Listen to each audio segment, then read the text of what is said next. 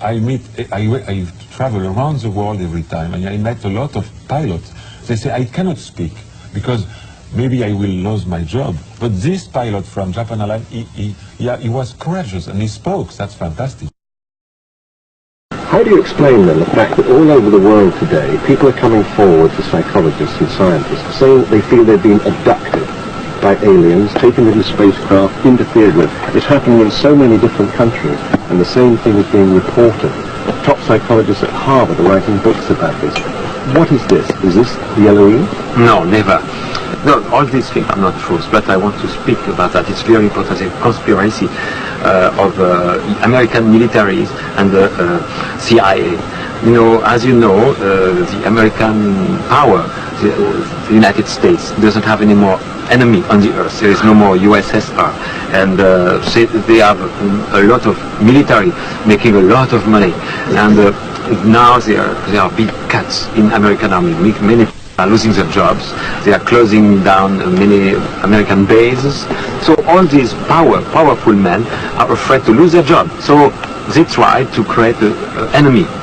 So they try now to make human beings afraid of invaders from space. How do they do this? How are they making many different people in many different countries feel they're having these experiences? Exploiting rumors and spreading false information, disinformation, trying to exploit people who are very debalanced, psychically debalanced, and trying to make big advertisement and to keep on to make growing the fear of space and of people from space, which is terrible because people from space are always friendly, full of love. So the most terrible thing is to spread the image of danger on space, abducting human beings. This is absolutely untrue. But our investigations, we've talked to various scientists, they find that the same thing happens over and over again with people from different parts of the world. They come out independently, never having heard of anybody else's experience, to say that these terrifying things have happened to them. It seems to be much more than just reading about it in the newspapers. It seems impossible that something is not happening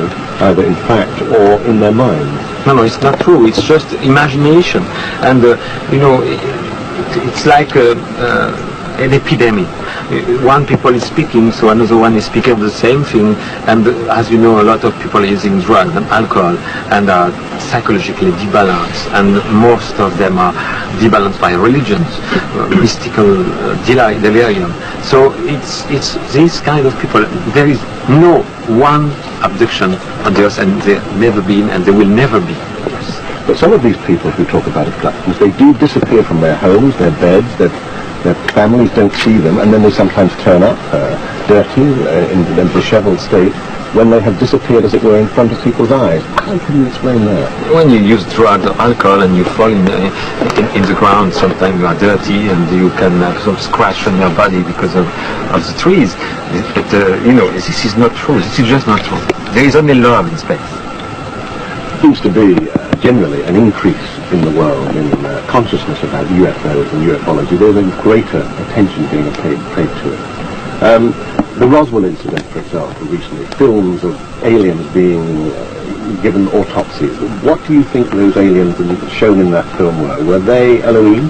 No, but this is a fake. This is not true. This movie is just made to make money. The positive thing is make people speak more and more about extraterrestrial life, but it's just Hollywood.